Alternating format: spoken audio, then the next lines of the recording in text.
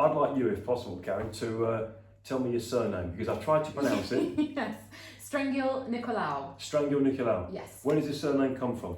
So the Strengiel part is my maiden name. It's Polish in origin, and my Nicolao is my husband's name, and he's from Brazil. Oh, okay, right. Oh, so Italian it's a real mix. descendant, so North Italy. Right. Sort of, yeah, so there's a bit of the Venetian region Right. in the surname, I think. So you've got a European and Latin American mix I do, of some yes, description. yes. Well, you're an exalted company, because I come from a British and Latin American mix. My mum's from North London, my dad's from Georgetown, Guyana, Oh, in South America. So small world, yeah? yes. All right, Karen. So, what do you do, who you are, and where are you based? Well, I am a certified and registered health and nutrition coach. I'm based in Lincoln. So I work in the wellbeing sector, helping clients with health and wellness needs. Also working quite closely at the moment with the Healthier You programme for the NHS Diabetes Prevention Programme. Excellent. So patients who have just received a referral to the programme with elevated blood glucose levels, Yeah. basically. Okay.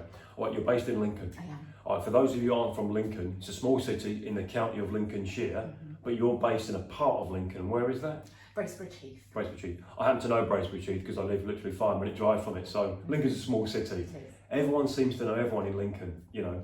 Okay, right. So your line of work, where did it start? Interestingly, I've done a full circle, I think, because I was always really interested in health and well-being as a kid. I was very sporty, and I ended up, after leaving school, I did my diploma in sport and exercise science at college, Lincoln Right. College. Oh yeah. And then went on to do my degree in sport and exercise science at South Bank University in London. Okay. How did you find London? That's my manner. Yeah, expensive. Yeah. As a student, Yeah. definitely. What year was that then? It was in 1996. Let me guess.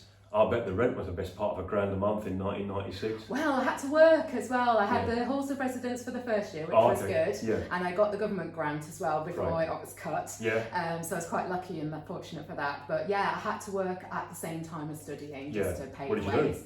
I worked in a pub in Notting Hill. Great. Yes. Oh, of all places, Notting Hill. Yes. Yeah, just so you know though, but people think when you go out to London, it looks like either Parliament or Notting Hill, and that's such a small part as well. Especially after the movie. Yes. Did you see Hugh Grant? No, I didn't, No. unfortunately. I don't think he hangs out with it. Or Julia Roberts. They don't. No, but I served Michael Palin a pint, Oh, so did you? that was my claim to And he's fame. still around now. I like Yeah, Michael very Palin. nice Yeah, man. well travelled. Yeah. Yes.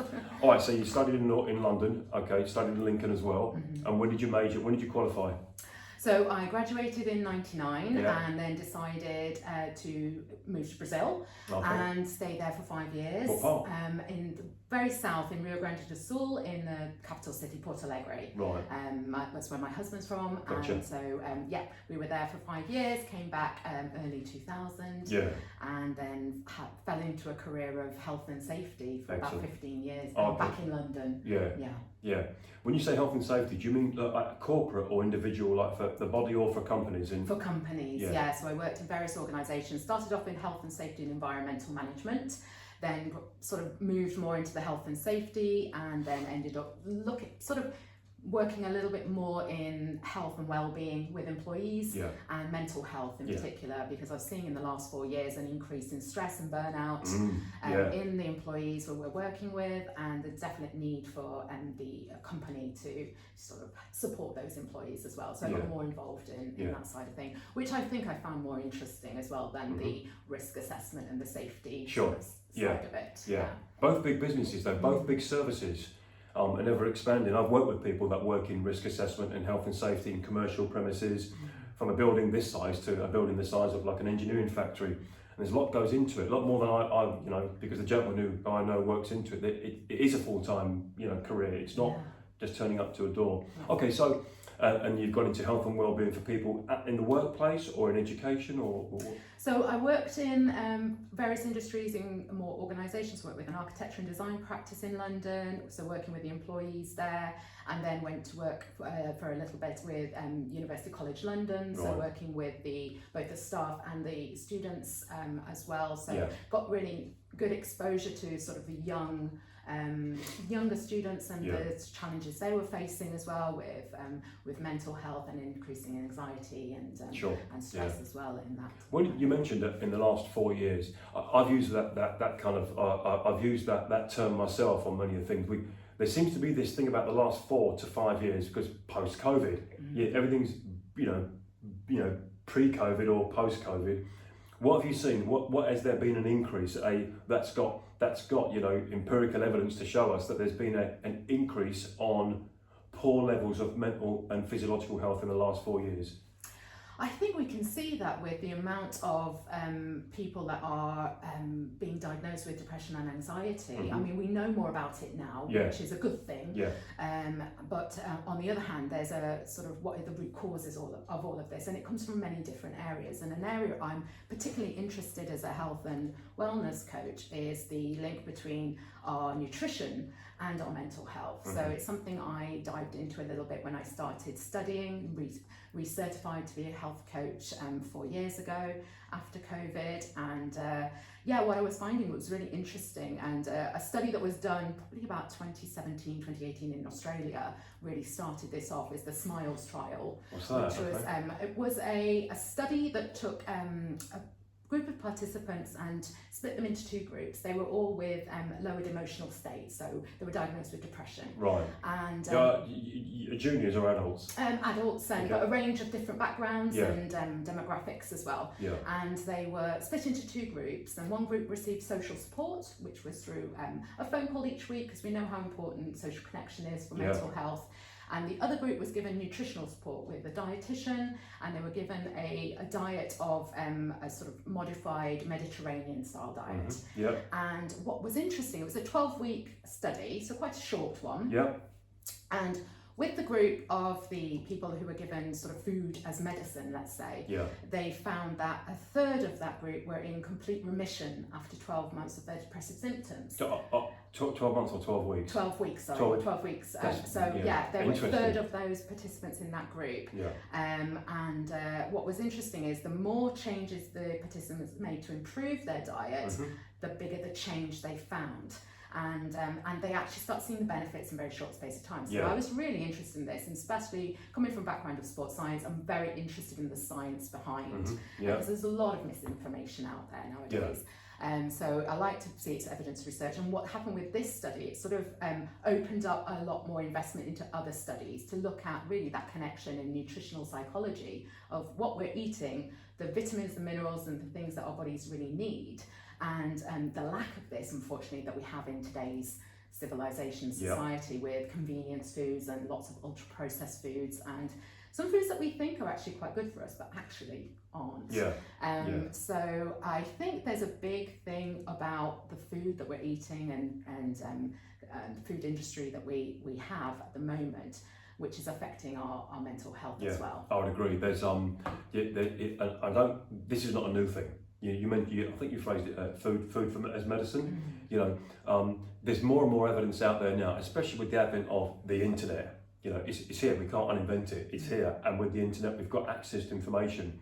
Sometimes when I read reports, or I look at an online study, or I watch something on TV or YouTube, what I do, I try to scratch beneath the surface and look at the source of information, and sometimes if it's sponsored as well. I think those big streaming channels, let's say, I'll say it, Netflix and Amazon and things like that, quite often when you look at these programs on television, because of the amount of money that's thrown at these programs, these 1 episodes or 6 episodes, it looks like it's 100% fact. And then if you can go behind and look, that quite often there can be an agenda to it as well, But I think when you say food is medicine, absolutely, it's preventative.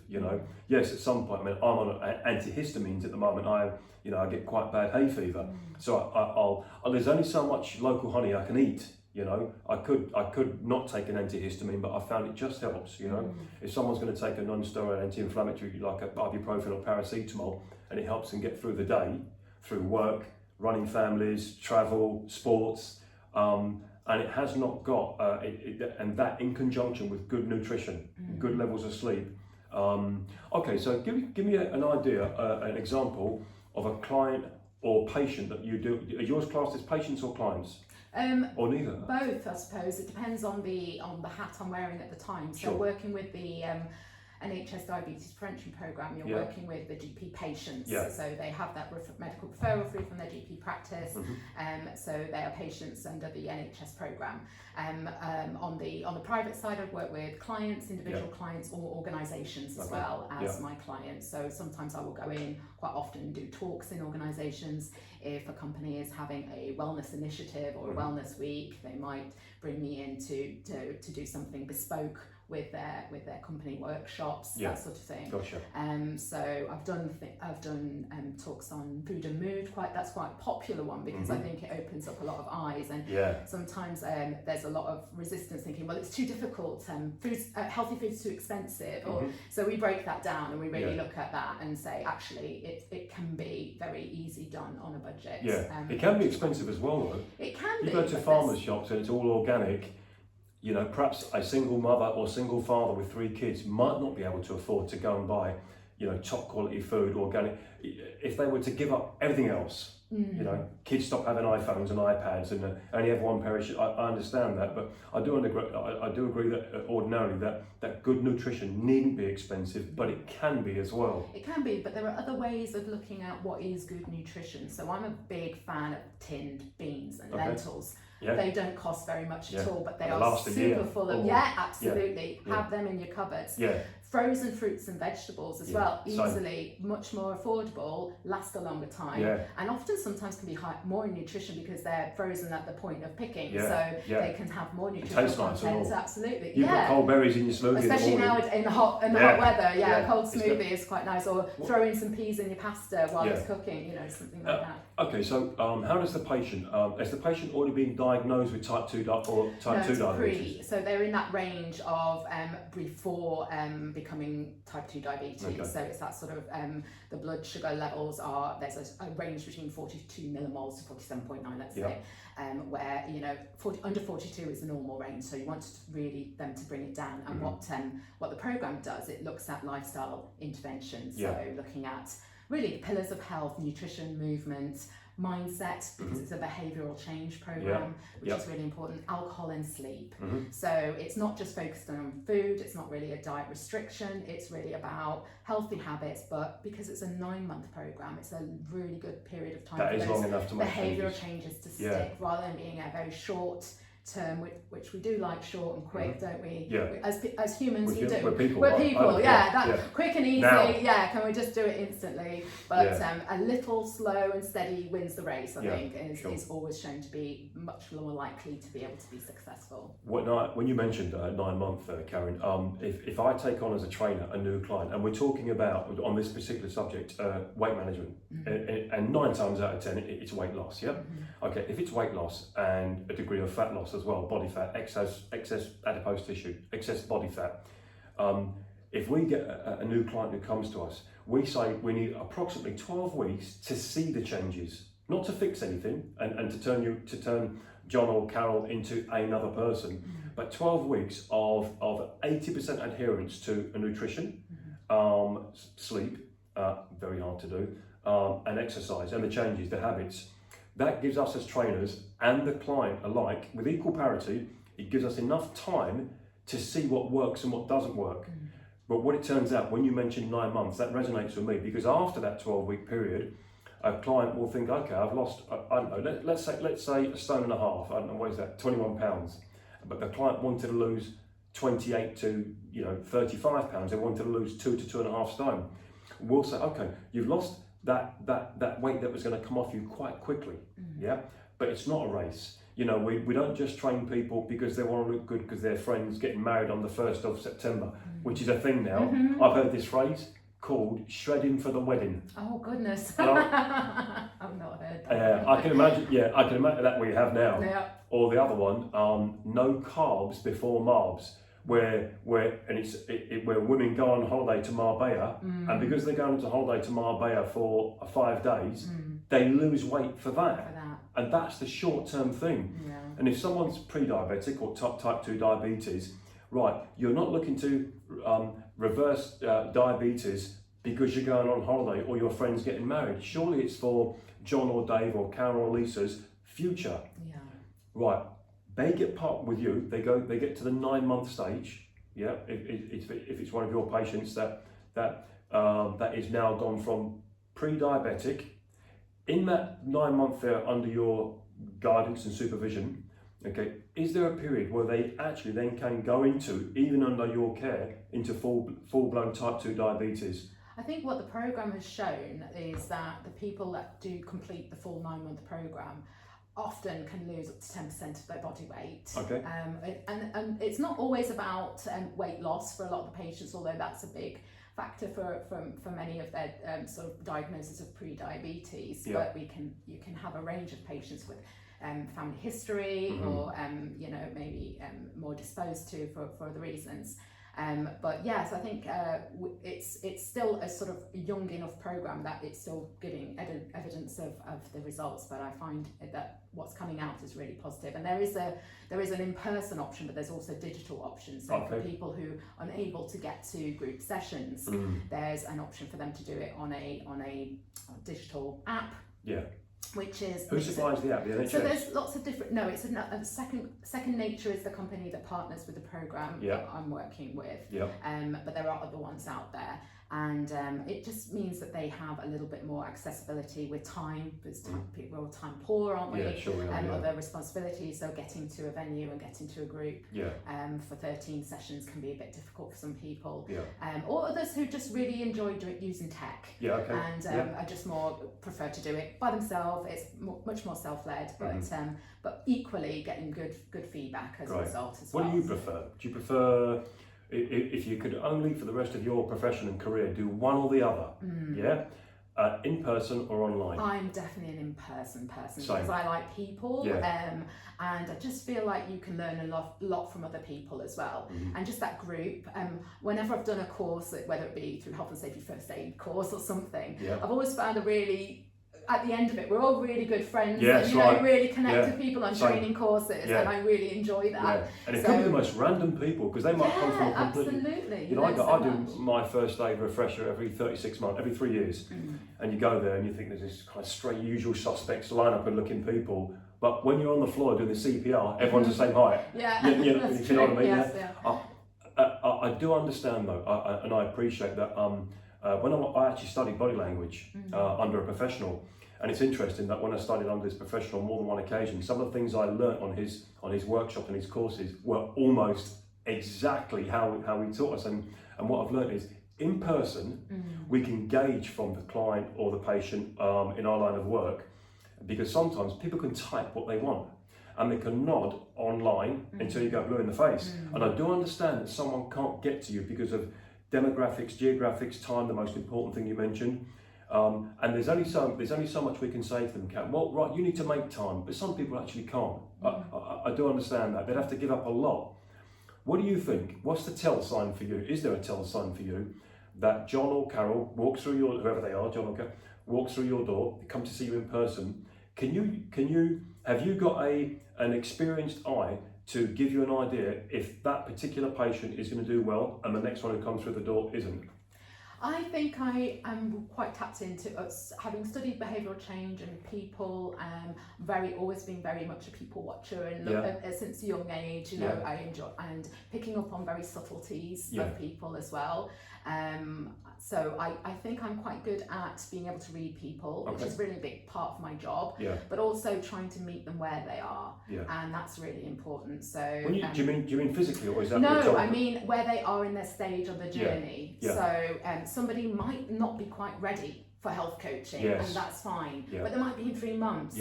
But and it's up to people like me to really work with them, and it's not about pushing people into something that's not attainable, because that's just adding more pressure and stress, and you want to set them up for success at the end of the day. But it's finding out and tapping in, and I think that's where health coaching has its benefits, because through questions and dialogue and chat and conversation, you can really unpick some of the challenges or some of the barriers that might be there, or people might be putting there. And then really delve deep into where they're coming from, and then see if there actually are barriers or there are ways around it. If you give an example of a barrier that the patient or the incoming client puts up themselves. I would say time is a big one. It's like, I don't have time to exercise. And say, well, what does exercise mean to you? Mm-hmm. Is it, I have to go and spend an hour in a place doing a run on a treadmill? Because that's in a way, our society has sort of sold us this idea of exercise is this. Sweating. If you're not doing that, then you're not exercising. But actually, if you think about our journey as humans, we never used to have any of that stuff, but we moved our bodies. The treadmill was the Serengeti. We worked the land, we worked, we lifted heavy things, we moved around, and we ran when something was chasing us. Yeah. So I think it's just about like, what is exercise to you? And there are, what I love, and a concept that I've recently discovered as well, is exercise snacking, which is, little bits during the day. Because as someone who is spinning many plates myself, I do find sometimes time is a challenge.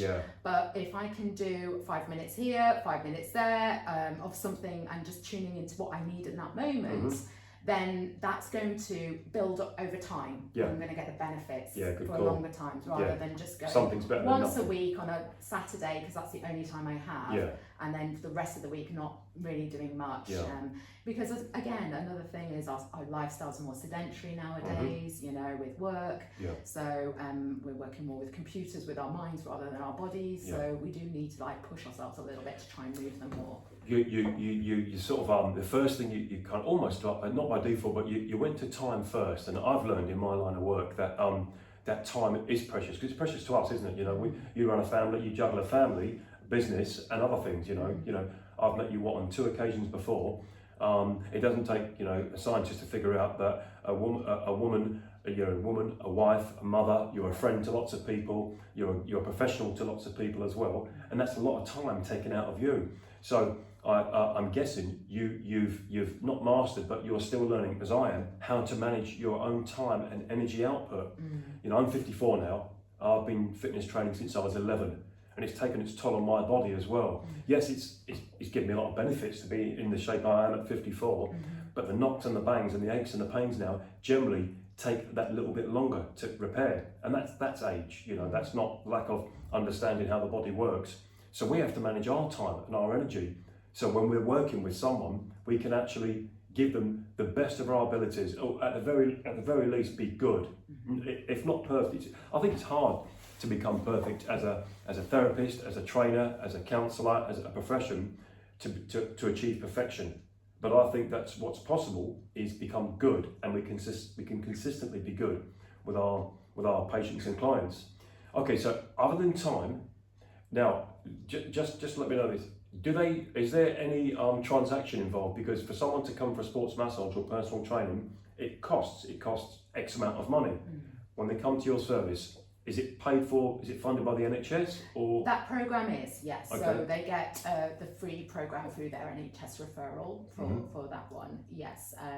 Which is fantastic. And I think it's twofold. It's great that it exists, but it's a shame that it's needed as well, because there's so many referrals that are coming through the whole country. And the areas that the organisation I'm working with, the areas that we cover are mainly London, Derbyshire, and they're online Peterborough. No, they're in person as well. Has someone come up from that far? Yeah, they have health practitioners I see, gotcha. Based in those regions, but then other organisations are working in other areas like Yorkshire. But for the organisation Healthier You that I'm working with, they're covering those areas. But yeah, there's it's a lot of referrals coming through, and it's all about those conditions that are preventable. We talked about prevention before, and in health and safety, that's what we do. Is we prevent the accident, we prevent the incident. So you have to have a sort of, you're looking through the future, what could go wrong. We already can see that now, and increasingly so with young people, which is worrying. What's young in your line of work? What age bracket? Children and teenagers. I think we're seeing, if we are not making changes soon as a society, then we're really going to have an increase in these preventable conditions that, unfortunately, things like hypertension, high blood pressure are starting to increase in children. And that's it's what's going wrong here. We really need to take a look at what we're doing. How does that look if you get I'll call a child, let's say 15, in mid-teens, okay, or it could be younger. Well, does their parent have to come in to see you with them, or at what age does a child in your line of work become an adult where they can come by their own by their own idea. They don't have to bring a parent or a guardian. Yeah, I mean, I don't work with children per se, but it's an area that I would like to explore in the future, Gotcha. especially working with families. I Yeah. think that's something, and in schools too. Mhm. I think that would be a great place for Yeah. health coaches to sit to get those education early. But yes, mostly it would be with the parent in those instances with a health coach. Mhm. There would be less involvement the older the child got. Yeah, sure. But the parent would still be very much involved. It's very much about family unit as well, because it's the parent that's going to the shops and buying the food. Yeah. It's the parent that has the time to invest in, taking them to exercise Yeah. places, to do running around more, Mhm. and also helping with, the challenge that is screen time that we're facing as well, Yeah. and social media. There's so many factors. Yeah. When you mention it, you say this, and it sort of reminds me of how many factors go into the detrimental health for a junior, a child, at such a young age. They are open to so many things that can slow down, full body development, for them to actually physically grow the way they should do. If we go back to our class and adult, as for discussion's sake, is 18 and above. Mhm. Yeah, Club 1830. You remember that? Oh yes, I do. I've never been on that, by the way. No, Have me you? neither, but I've been in places where they were. Apparently. Yeah. Yeah, ask him for a friend. So Club 1830, look it up. Yeah. Okay, so if we take a child that's now officially an adult because they're 18 and they can vote, Mhm. drink, drive, procreate, and what have you, they can do all those things legally. So, have you had conversations with someone when they come through your door, come to see you? They've already done the prep work. You've already spoken to them on the phone or online, and they come through the door, and you've had to, at some point, is there a point when you've had to cover a difficult conversation with someone for them to understand what you're helping them with? Is it as easy as someone comes in, you rubber stamp them, they go home, and 9 months later they've reduced their predisposition for type 2 diabetes? Have you ever had a period where a conversation has had to perhaps be possibly a bit more firm? Not in the capacity of a health coach, Mhm. because as I say, my career before was a different career. I'm still sort of, if you like, starting out as a health coach. Mhm. So it's only been the last 4 years. That's 4 years, huh? Yeah, training and getting out and working this program. But my time of working with young people at university, for example, definitely, I think it really opened my eyes to the challenges and really made me look back at my time at university and how different it was, and my childhood as well, and how simple it was in comparison to today. And thankfully, but I think there's a lot of challenges we're facing. So I think those difficult conversations are always going to take place. But as a health coach, what we are there to do is listen. Mhm. At the end of the day. We all know our own journeys, our own goals. We know ourselves, our own health best. We're the masters of our own health. Mhm. So a coach is not there to tell you what to do. It's there to sort of help you understand why you're doing the things you're doing, or how you could do things slightly differently, and give you that information and guidance, and supporting you and championing you Mhm. through that journey in a positive way, so that people can meet those milestones, meet those goals. So I don't think there's ever really going to be too much difficult conversation, because you're always going to be there with full empathy, compassion, Mhm. super important, and just listening to the person. And if there's challenges that come up, or barriers, or you're hearing those same phrases that come through, could be negative self-talk. Yeah. I volunteered for a while with Mind Charity, so I worked with people in mental health crisis, and over the phone, so it was phone support post-COVID. And you hear the things, and you hear that negative self-talk, so it's about sort of untapping that a little bit. And sometimes there's a need for referrals onto other people, like therapists, to support them through that side of things, because as health coaches we're not therapists, but we're good listeners. So I think that I don't worry about difficult conversations, because I know I've had difficult, challenging conversations, but they've always ended quite well because of the nature of the conversation that I have with them. I suppose that's possibly a good sort of bookend to that. I've had to do that at some point in my career. Not so much on the sports massage side. If someone's got a hamstring tear, grade 2, grade 1 hamstring tear, they've got a hamstring tear. It's less about That is pure physiology. Yep. And they're on the couch and they can't play sport, they can't work, they can't even go in the garden. They are in our care. They are putting themselves completely, physically and mentally in our care. Yes, it's a two-way. The personal training side, that journey is so much longer. It could be anything between 12 weeks and 3 or 4 years. But there has been occasion, and I'd like there to be less, but there has been when I've had to think, okay, right, I've put the point across, I've given the client the information, and for them to do what they want with, for them to read it, take it in, cross-reference it with someone else, and it's always someone at work. Someone comes in, my friend at work's husband, a plumber, said this, and I have to rein myself in and think, okay, well, I don't know anything about plumbing, but with the advent of access to information and the demographic around us, people can second guess themselves.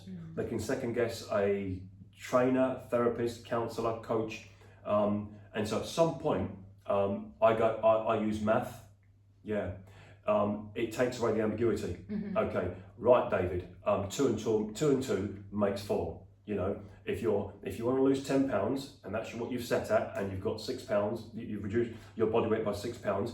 By your request, you've got 4 pounds to go. And if it shows there, and I think that's the one thing that can sometimes be a good leveler, because we can't have an opinion on math. It's sound. It was here before us, and it will be here after. Now, granted, some people don't like to look at things like that. They don't want to see numbers and figures. It could be how they feel, what their thought process is on that day, and it could be different the next day. And so sometimes I'll rein myself back and think, okay, we'll perhaps go back to the numbers and the math 4 weeks from now. But for now, because what happens is there's so many things that happen with a client outside our 4 walls: work, home, traffic. We talked about something that happened in Lincoln today. You know, work, home, traffic, politics. I don't do politics. No. And people come in and they'll say, oh, what have you? I'm like that now, and they laugh because they think that's Tristan's way of saying that's not my field. I'm like, okay, if you ask me about how to get your calves stronger, how to actually get you in a better posture, I'm here for you. We have to actually. It is always a two-way thing working with people, and it takes constant learning from us as well.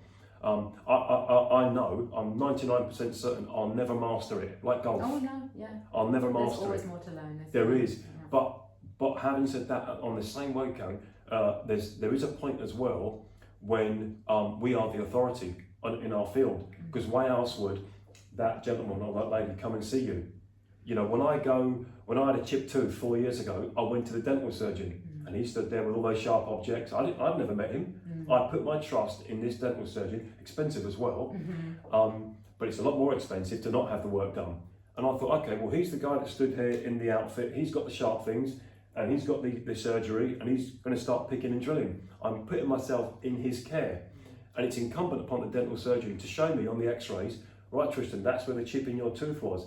And I at no point did I think, no, it's not, I don't feel like it is.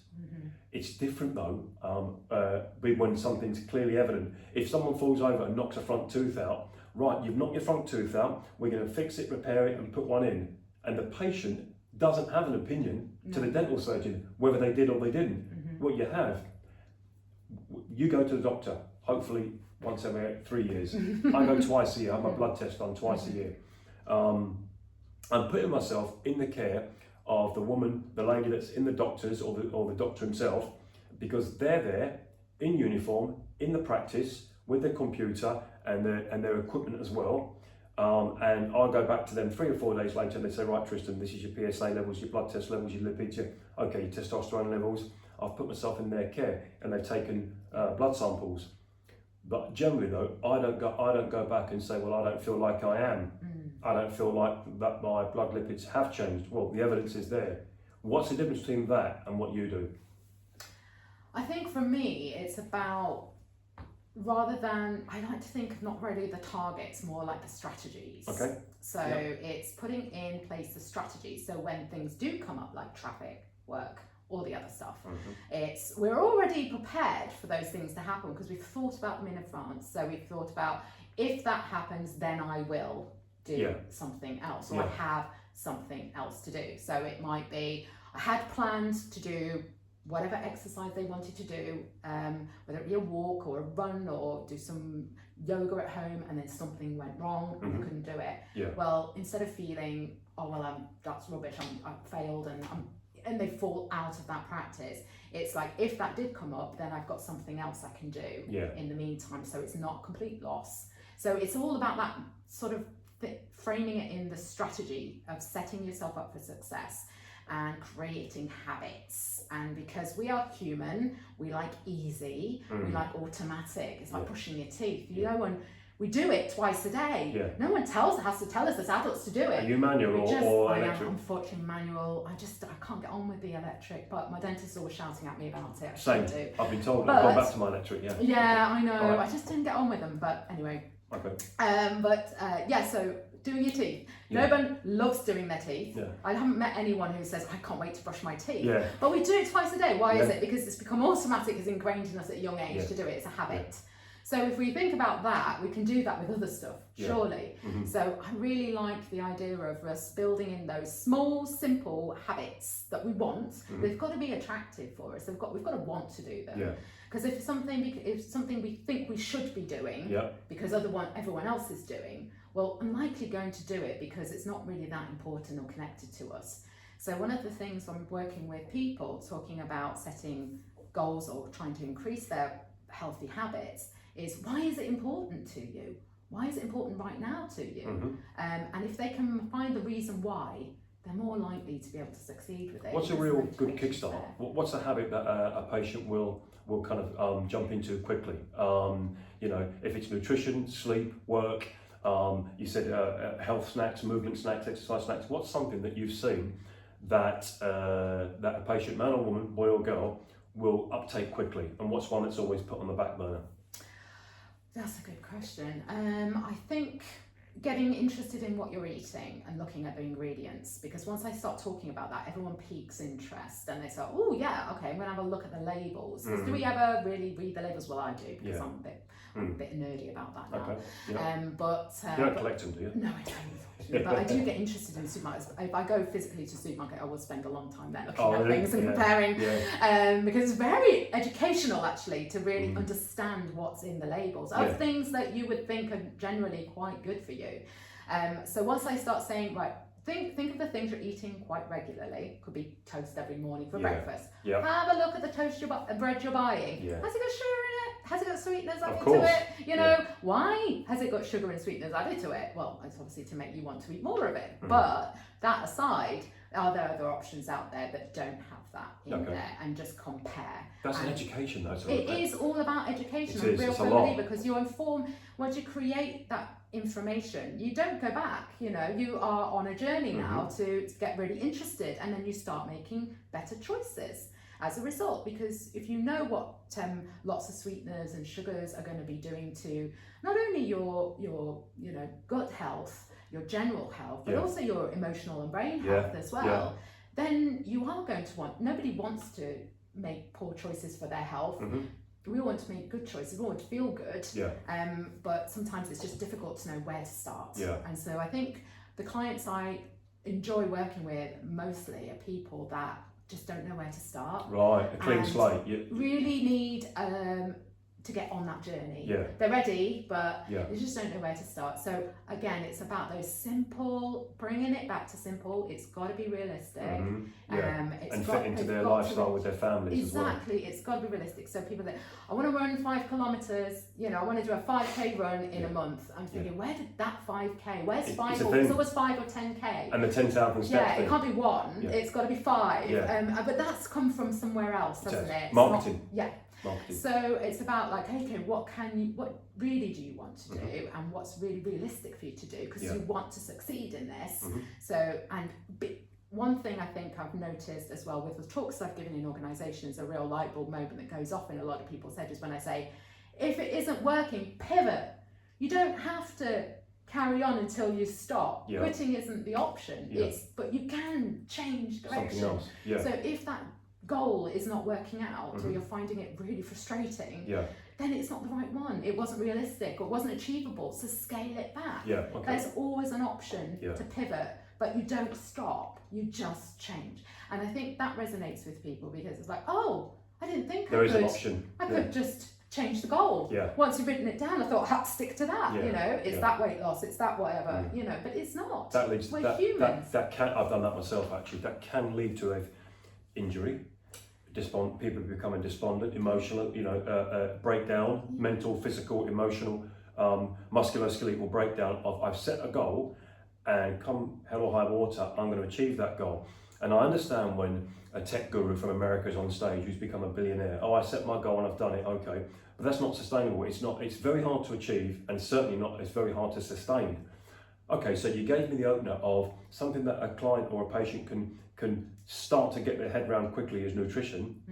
Give an example of something that a patient may be might want to push back or not get involved in, not start, or think I'll do that, but I'm not going to do that today.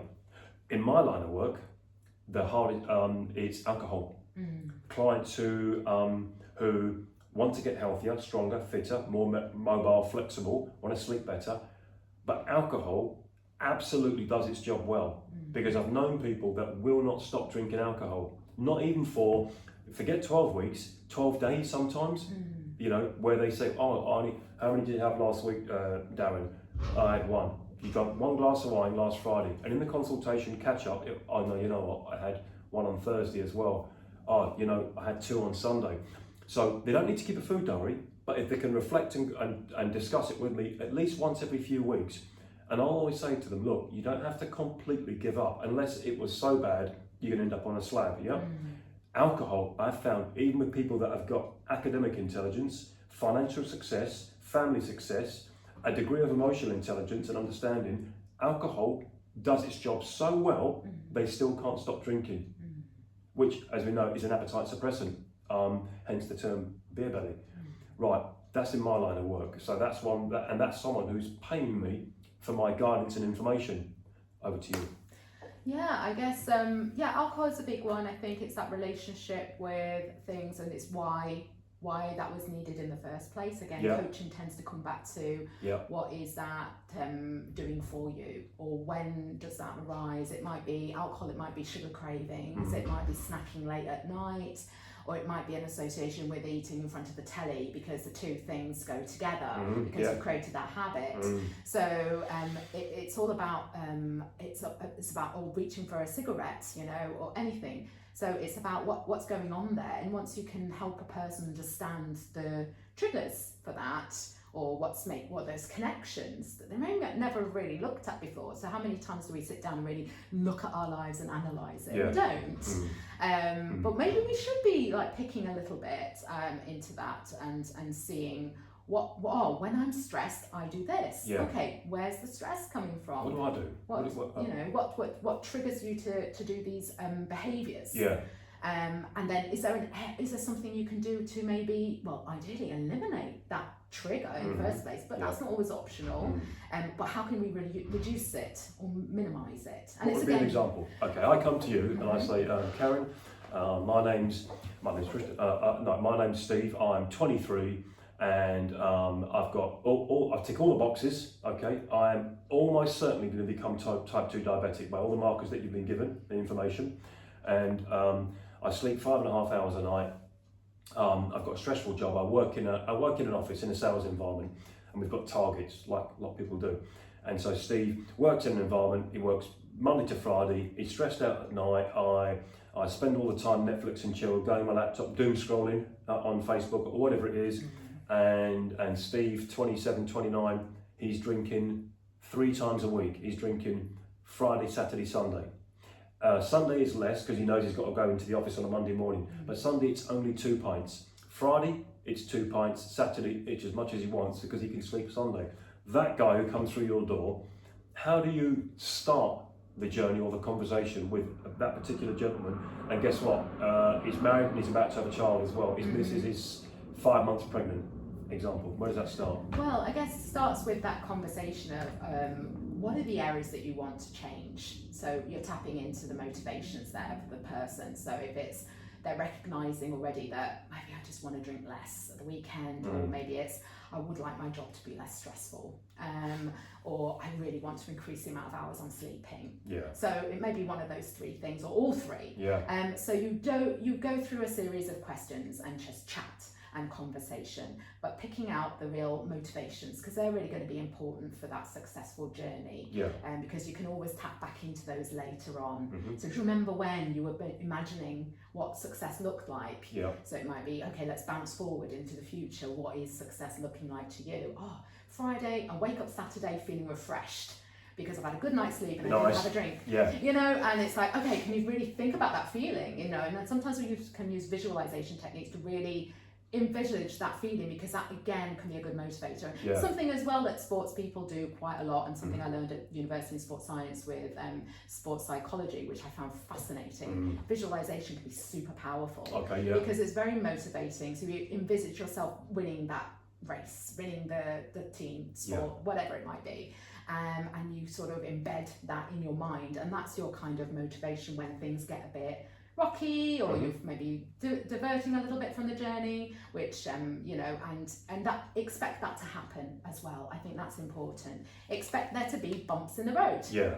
Yeah, sure. Because all those successful people, like those billionaire tech people, they failed thousands of times to get where they are. And they do talk we about don't that, see right? they do now, but historically no one ever talked about their failures. Yeah. We just thought, oh, they just worked really hard and just, Steve Jobs just woke up and he invented Apple, like that, and the day before he worked in Greg's. But there's a lot of mistakes that happen. So Yeah. mistakes are part of the journey, because we learn a little bit more about ourselves. Yeah. So if we can see mistakes as a learning rather than a failure, I think that's really It's a good key call. as Yeah. well. Yeah. So let's reframe how we think about things. All right. So yeah, and then it's about, okay, let's set some goals. Let's see what we can do. What are you already doing? What's holding you back? So it's a lot of questions, and it's really digging into the person, because they know their life, they know what they're feeling, and then you can hopefully get them to come up with the strategies themselves. Is there a strategy? Is there not a strategy, a system where once they've spent some time with you, either in person or online, they then go back to their physician, their GP, and have the blood test done again, or saliva tests, or to actually give? Because what we can't do, we can't guess that the diabetes has gone, pre-diabetes or full-blown type 2 diabetes. We can't guess, you know, what hormone levels, insulin, how it's working, glucose in the body. That yes, we can see someone lighter, physically lighter. We can see someone that's slimmer, someone moving better, but the bloods inside the body, bloods and glucose. Do you use the monitors, or you send them back to a GP? No, it would be through the NHS programme. It's back to the GP, and Gotcha. It depends on the GP. Sometimes they'll do quarterly, because it can take about 2 or 3 months for blood sugars to change after changes in lifestyle intervention. So it could be quarterly, it could be 6 monthly. Generally, it's annually. Okay. More often with most people, it would be an annual blood test to check in. But again, it can depend on the patient, depend on the GP practice, how frequent they do it. But sometimes we have people that have had that referral. You connect with them, and then they've said, oh, actually I made some changes myself, because that was a big wake-up call, having that. They're taking charge themselves. And they made some changes already, and then they went back and had another blood test, and they brought it back down to normal range, and did it all themselves, so which is great. So it's sometimes you can see that just those little changes, and they had it in them to do it. It was just that little bit of a kind of wake-up reminder that if you carry on the way you're going, it's going to potentially end up in a diagnosis of type 2 diabetes. The business side of it, okay. And obviously, Karen, don't give me any numbers you don't want to give me. If you were based in Harley Street and you had a private practice, you know, we'll call it, you know, whatever. Okay, what are you charging per appointment? In Harley Street, goodness. Well, I know some coaches in London will be charging, you know, upwards of £100 per hour for consultation. And then you obviously, with coaching, it's not usually a one-off. It tends to be a series of 6 weeks, 12 weeks packages, or 6-month packages, and so depending on the client's needs and what they're intending. But I would like to see coaching more accessible. I think for me, my drive is always about making it more accessible. I'd love for there to be coaches in schools, colleges, universities and companies, because I think the more that they can embed in those preventative measures early, the better for us as a society in the future, rather than us having the sort of model we have now is just reactive, heavily medicated, because we don't have the resources. Well, these wonder drugs, as we absolutely. the O word, Ozempic. No, absolutely big changes happening with that. And there is a place for all of that. Don't get me wrong. I agree, it definitely has a place. Yeah.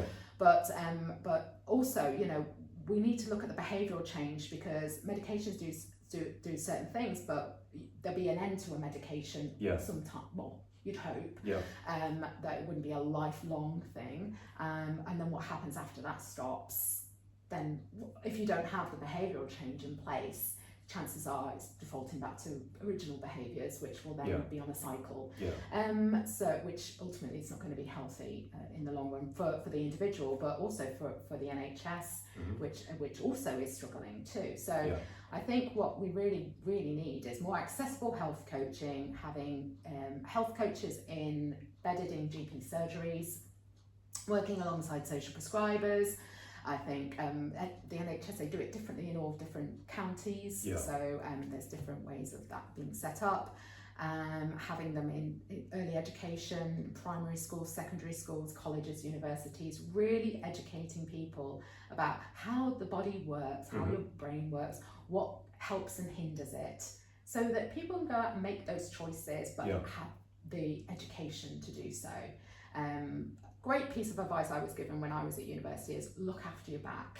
Okay. Because you'll need it. And now I'm in my late 40s. I really touch wood, no back problems, but it was something I passed down to everyone I used to work with in health and safety when they were sitting at their desk and say, don't sit for so long, get up and move, look after your back. You've only got one. Back and knees, look after them. They've got to carry you through your life. Something about the knees, This is it. And as you get older, you start thinking, okay, when I'm 70, 80, what do I want to be able to do? Yeah, sure. And am I actually helping support my body to be able to do those simple things in later life? You mentioned that, Karen. I was at a convention last week in London, an annual one, the Elevate show, and they had Dr. Alka Patel. She was a 20-year GP, and she did a talk, and I went to it, and she now works in biohacking. And I've been reading about biohacking for the last few years. It's that phrase, that word, or study is going to become huge. But I think with the advent of the internet and YouTube, we can look at stuff about that. We can look at programs, documentaries, talks from professionals and well respected and researched and robust, that have got robust evidence as well. But some people may want to get better. They've got access to information from someone like yourself, to go to a professional who works in, and they've also got access to YouTube. But it's got a downside. They can go onto a YouTube channel, and 9 times out of 10, it's an American, because it is, there are British, and they can look at something on that, and because that person looks quite convincing, they're in a white coat, maybe a stethoscope, they've got a surgery or practice behind them, or they're sat in a nice fancy room, they'll believe what the person on YouTube says to a point where if they go to a local practitioner or a local therapist or a local professional, there's a conflict because they've just read on Google that morning on the way in to see you, or they've been on a channel. Only 2 weeks ago, a gentleman said to me, he told me something that he'd been doing, and I asked him, where'd you get that information from? And he named the channel on YouTube. I happen to know that channel because I watch it myself. It's a very, very robust gentleman in America, a doctor. And I said to him, this is one of those rare occasions where I would say that was good information you got, because I've seen enough of it myself to know that, or at least have a good idea where he got the information from. And I think in today's society and climate, the access to information we've got can be a gift and a curse. Definitely. Irrespective, because I watch YouTube channels on dental work, but I know that the gentleman in my local dentist is the one that's going to fix me, not the guy on YouTube. We do have to go and see someone, a practitioner. Okay, so we looked at barriers, we looked at where you started, your education, your profession, you move around the world, South America, London and Lincoln.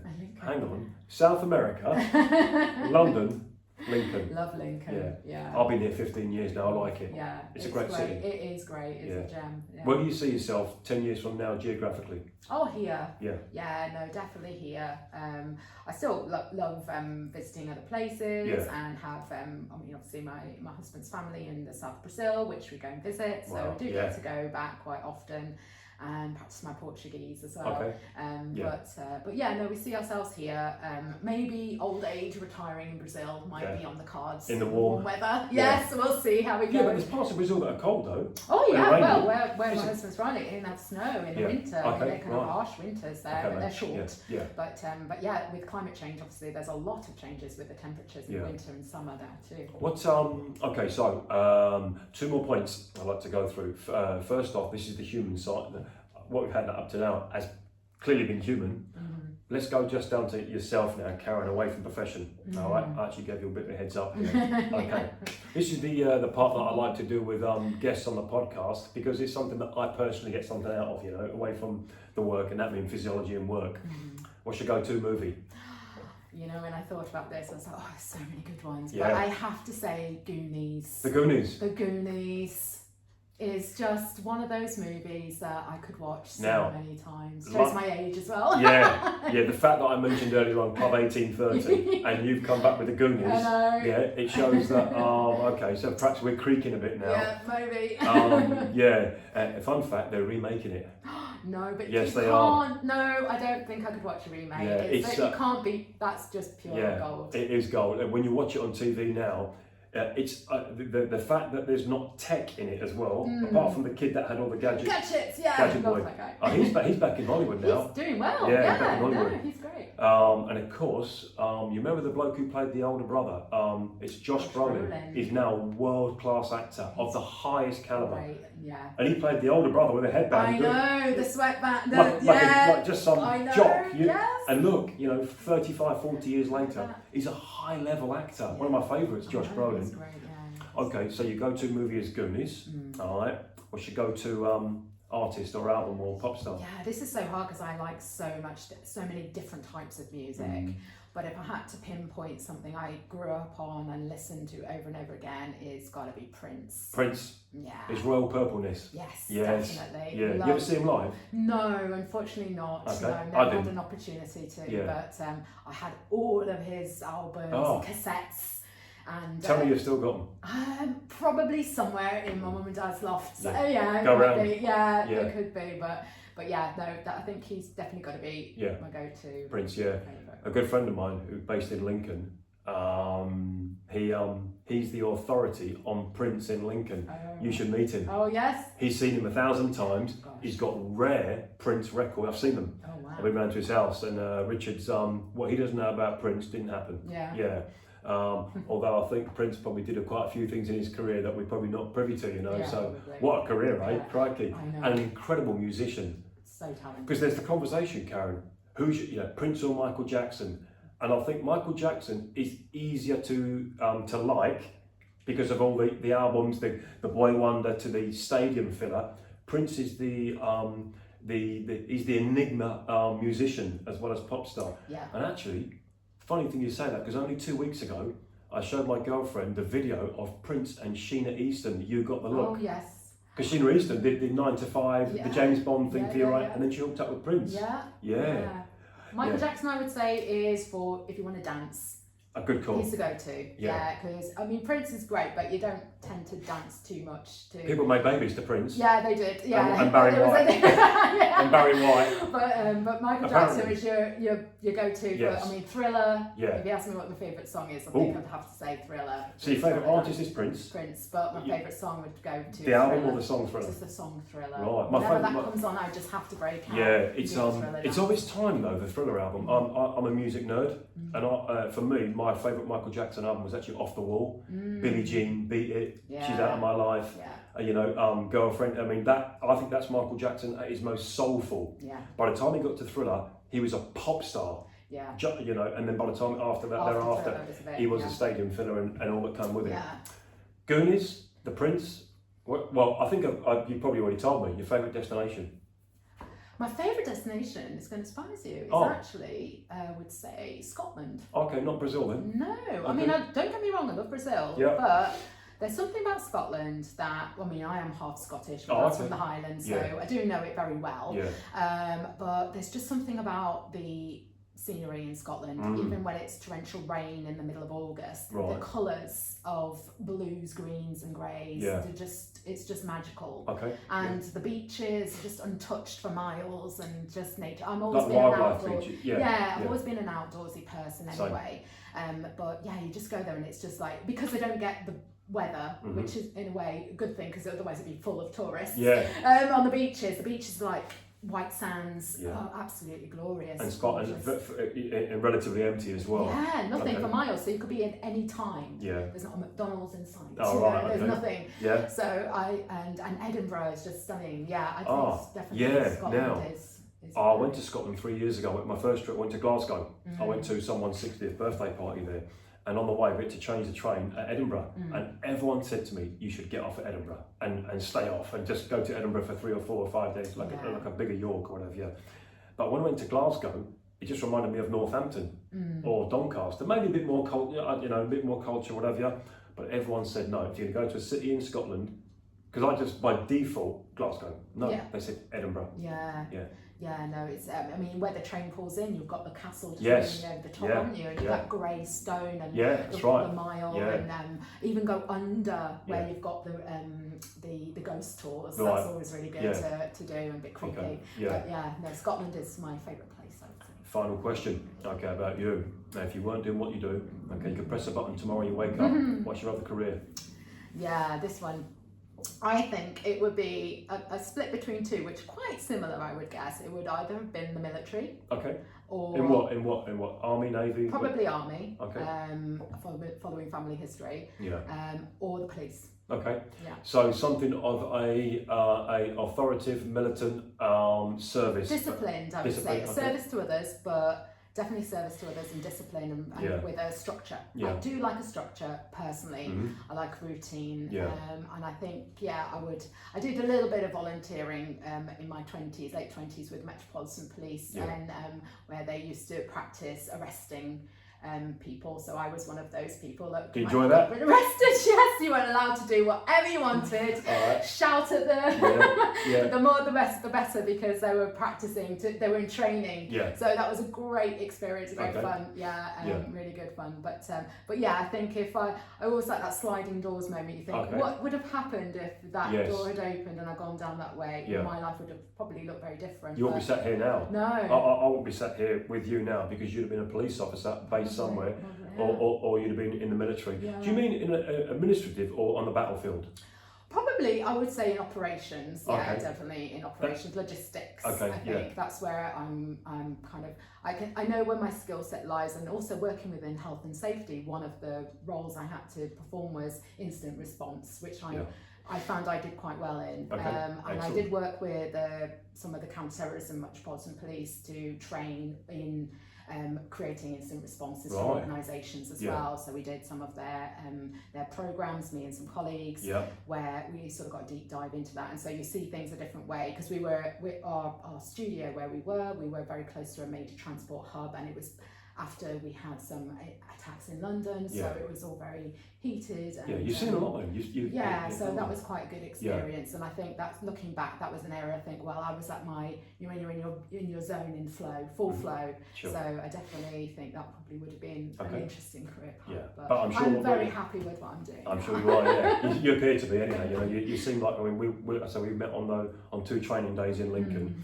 And that's how Karen, you've been gracious enough to give me your time today and come into the channel. This is I started a podcast channel because I'm interested in people. I'm interested in the body. I've got other interests as well, but these are 2 things. And what I've tried to do is create a catalogue of discussions that I do myself. Some I bring guests in. Okay, I've had some quite interesting people, and I'm going to have some more in as well. And I think one thing I've learned from by having the discussions with people here is that it's not always to go by my eye test. I use that a lot. I use the optics a lot in what I do, and it's a pleasure sometimes to think, okay, there's a lot of information, with evidence backed as well, that I've learned from people that I could easily walk past in the street and think, well, that guy just works in Greg, nothing wrong with Greg, so I'm just using that as a, you know, there could be someone working in a clothes shop in town, you know, Primark or something, and that person could be studying to major in applied sciences or musculoskeletal disorders or diabetes prevention, but they're working there part-time. So I've actually learnt, and still learning as always, that sometimes there's a gem always walking past us of information from someone. In my line of work, I've met people, trained with people, worked with people who are the most unassuming when they come through the door, but it turns out they've got a fountain of knowledge and information, nothing to do with the body, but on their subject, their field. And it could be, I use an example, a little old lady. You know, and when I say little, I'm talking to a woman who's like 5'1", 5'2", and she's already 80 years of age, but she'll tell me something that I didn't know, and it'll be based on what she's done, seen, heard, or experienced. Right down to a big, tough guy. You know, I've trained police officers, I've trained anaesthetists, doctors, I've trained stunt pilots, I've trained a Hollywood actor, you know, and actually I didn't know who he was until he actually told me in the conversation, in the consultation, and the second he told me, that's when I realised who he was. But what was interesting for him and me is I had no idea who he was for the first 15, 20 minutes into it. And then he dropped that dime on me and I nearly killed over because he'd been in one of my favourite movies, I'll tell you off camera. Was it Goonies? No, it wasn't Josh Brolin. Oh no. I'd like to train him though. He's a tough guy. Yeah, but I think he is, you know what I mean? He looks So like a tough guy. that's Hollywood though. Yeah. All right, so, okay, let's get back to your service side of it now, finally. If you'd like to tell our viewers and listeners, where can they find you website-wise? What? Boundless Health Coaching. Boundless Health Coaching. .co.uk. So yeah, website's probably the best place to find me. If you're an organisation as well, I've got my talks on there, and my email address is on there as well, so you can get in touch with me. I'm on LinkedIn. Under your name or Boundless Energy? Under my name, Karen Strengiel Nicolao. Yeah, I'm not much on social media. I haven't really figured that whole world out yet. So it's a big world. Dabbled my toe in Instagram and I realised I don't know what I was doing really. I'm not on Facebook, but LinkedIn and Boundless Health Coaching. I'm also on the register of health coaches from the UK and International Health Coaching Association, which is the governing body for health coaches in the UK and internationally. So if you are looking for a health coach, wherever you are, that is a great place to look for people who've been certified. And they're regional, so... all over the UK, and I think they're probably expanding into international coaches as well. But yes, so that, I would say that's a good place to go to for if you're looking for a health coach. Excellent, okay. I'm just going to say to our viewers and listeners, I'm going to thank Karen for your time today. Thank you. Hopefully it's been pain-free and easy for you. It's been a lovely conversation, yeah. Some people do get nervous before they come in though, but I understand it though. No. If it's someone that I've met a few occasions, it makes it a little bit easier. And I've learned something from yourself today, you know. It always reminds me, I take little snippets from each person that I meet in my line of work, and I think I'm going to use that at a later time in my line of work, you know, and hopefully to the betterment of a client. So, right, my name's Tristan Lowe, podcast is Health No Filter, and I mentioned at the beginning we're fast approaching 100 episodes, episode 98 if things are right. It's taken a while, it's been fun, and hope to see Karen in between episode 100 and episode 199 in the future. I'd love to come back. There might be some future ideas. All right, you can catch me on Spotify, Amazon Music, Apple Podcasts, and YouTube. Health No Filter with Tristan Lowe and Karen. How do you say your surname? Strengiel Nicolao. Strengiel Nicolao at Boundless Energy. Thanks for coming. No, thank you. Have a great weekend. You too. Bye now. Bye.